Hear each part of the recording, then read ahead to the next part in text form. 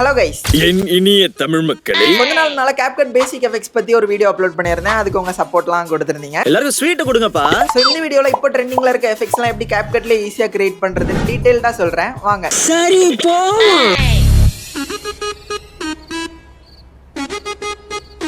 ஒவ்வொருத்த பேரா சொல்லு. இந்த எஃபெக்ட்டுக்கு ஃபர்ஸ்ட் ஒரு ரெஃபரன்ஸ் வீடியோ பாருங்க. இது கட் அவுட் எஃபெக்ட் இல்லனா பசில் எஃபெக்ட்னு உங்க வாயில நுழையிற மாதிரி எப்படி வேணா சொல்லிக்கலாம். ஒரு கேன என்ன சொன்னா என்ன சொல்லிட்டு இருக்கீங்க? ஃபர்ஸ்ட் நீங்க இந்த எஃபெக்ட்டை யூஸ் பண்ண போற வீடியோவை CapCutல இம்போர்ட் பண்ணிட்டு அதோட பிகினிங்ல ஒரு ஸ்கிரீன்ஷாட் எடுத்துக்கோங்க.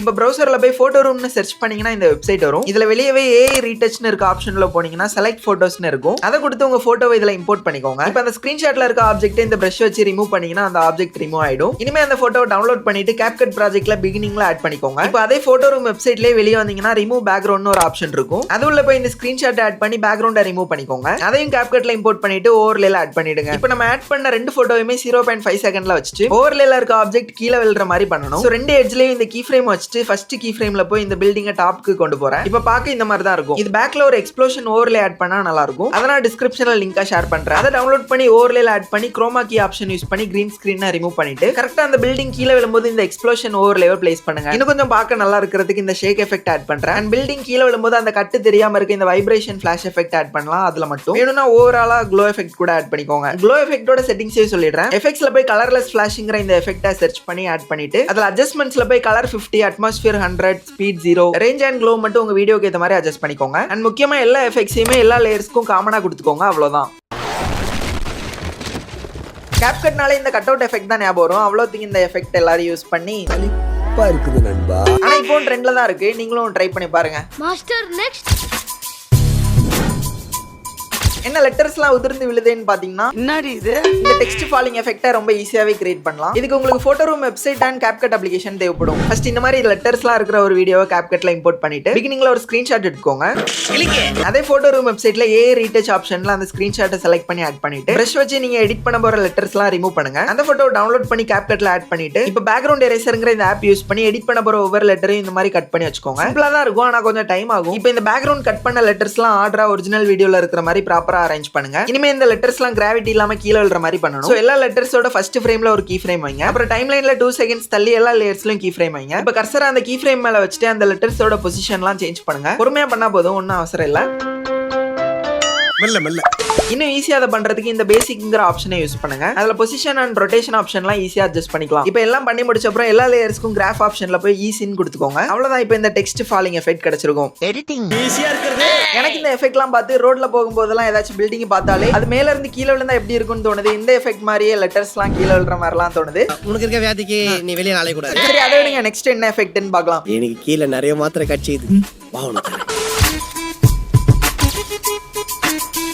இதுல யூஸ் பண்ணிருக்க எஃபெக்ட் நேம் ஆஃப்செட்னு சொல்லுவாங்க. இத பிரீமியர் ப்ரோலலாம் ரொம்ப ஈஸியாவே கிரியேட் பண்ணிடலாம். ஏன்னா இதுக்குனே பர்டிகுலரா ஒரு ப்ரீசெட்டே இருக்கும் அதுல. ஆனா நம்ம கிட்ட மொபைல் மட்டும் தானே இருக்கு. சோ நம்ம CapCutல எப்படி கிரியேட் பண்றதுன்னு சொல்றேன். ஃபர்ஸ்ட் வீடியோ CapCutல இம்போர்ட் பண்ணிட்டு அதுல ஒரு ஸ்கிரீன்ஷாட் எடுத்துக்கோங்க.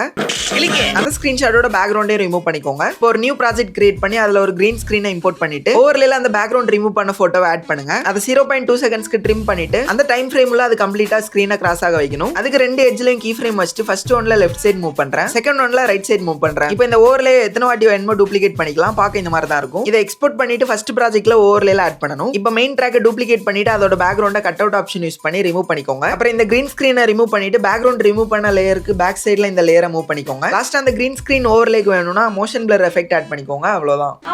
இவ்வளவுதான், சிம்பிள் தான். ஆனா நானே சொல்றேன் இந்த எஃபெக்ட் அவ்வளவா யூஸ் ஆகாது. ஏதாச்சும் கேட்ஜெட்ஸ்லாம் ரிவீல் பண்ற இடத்துல தேவைப்பட்டுச்சுன்னா யூஸ் பண்ணுங்க. ஒரு மாதிரி நல்லா இருக்கும். மாஸ்டர் நெக்ஸ்ட்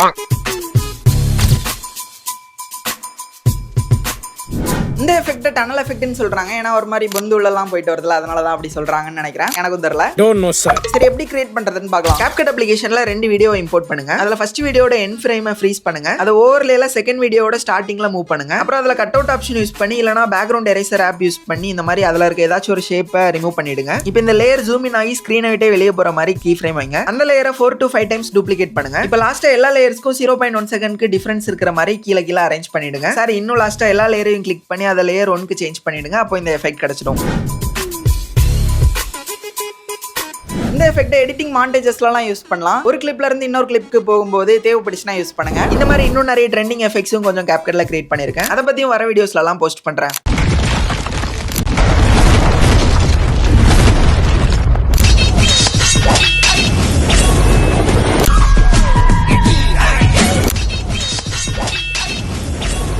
இப்ப சொன்ன எல்லா எஃபெக்ட்ஸ்மே இந்த கீ ஃப்ரேம்ங்கற மேட்டர் தான் ரொம்ப காமனா இருக்கும். தனுஷ் உயிர், தனுஷ் ரத்தம் எல்லாமே தனுஷ் தான். அத பத்தி டீடைலா வேற ஒரு வீடியோல சொல்றேன். இந்த எஃபெக்ட்லாம் உங்களுக்கு புரியுற மாதிரி இருந்திருக்கும்னு நம்புறேன். புரியலனா ஒண்ணு இல்ல, எடிட் பண்ணும்போது இந்த வீடியோ கொஞ்சம் கொஞ்சமா ப்ளே பண்ணிட்டே பண்ணுங்க. அப்ப கொஞ்சம் ஈஸியா இருக்கலாம். அப்ப புரியல, இப்ப புரியல. ட்ரை பண்ணி பாருங்க, ரொம்ப கஷ்டம்லாம் இல்ல, ஈஸி தான். சரி, இன்ஸ்டாகிராம்ல என்ன ஃபாலோ பண்ணலனா நிதின் FTS ன்னு சர்ச் பண்ணி ஃபாலோ பண்ணி வச்சுக்கோங்க.